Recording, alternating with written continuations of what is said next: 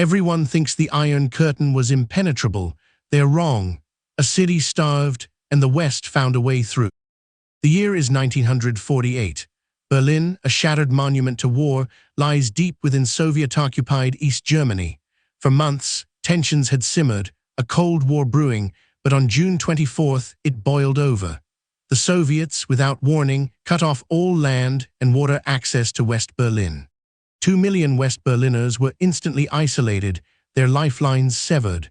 Electricity, food, fuel, everything stopped. Stalin's brutal gamble starved the city into submission, forcing the Western allies, the US, Britain, and France, to abandon their sectors. The stakes were catastrophic. If Berlin fell, it would be a crushing blow to Western credibility, potentially signaling the end of any democratic resistance in Europe. The world held its breath, expecting a military confrontation or perhaps a surrender.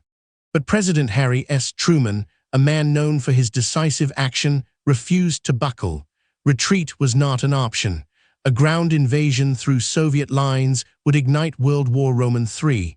There was only one other way: the sky.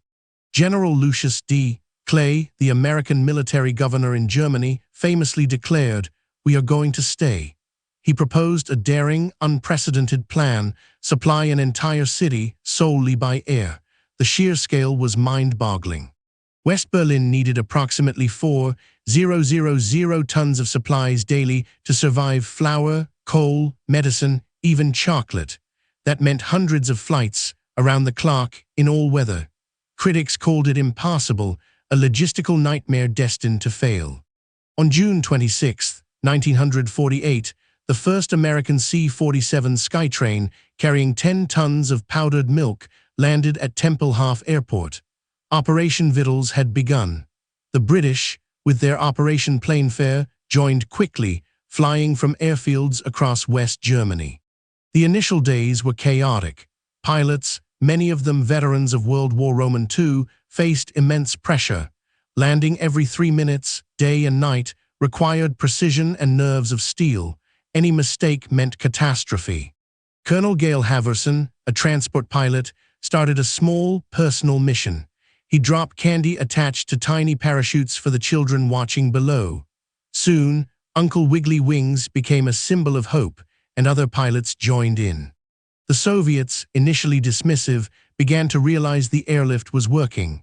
They harassed planes, buzzing them with fighters, shining searchlights, but never directly attacked. The risk of open war was too high, even for Stalin. New, larger C-54 Skymasters were brought in, capable of carrying over 20 tons. Air traffic control became a ballet of constant motion. Pilots flew specific corridors, at specific altitudes, maintaining strict schedules. It was a marvel of organization. The winter of 1948-49 brought brutal conditions. Icy runways, fog so thick it grounded flights, and heavy snow tested everyone. Yet, the flights continued. The resolve of the pilots and the people of Berlin hardened with every delivery. Berliners, in turn, worked tirelessly. They unloaded planes, repaired runways, and endured cold and hunger with remarkable fortitude. Their spirit became a powerful counter-narrative to Soviet propaganda, which predicted their imminent collapse. By spring 1949, the airlift was delivering over 8,000 tons a day, far exceeding the initial target.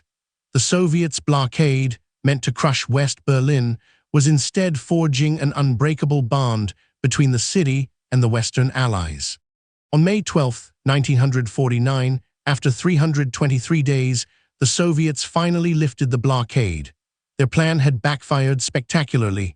The airlift had delivered over 2.3 million tons of supplies on more than 277,000 flights.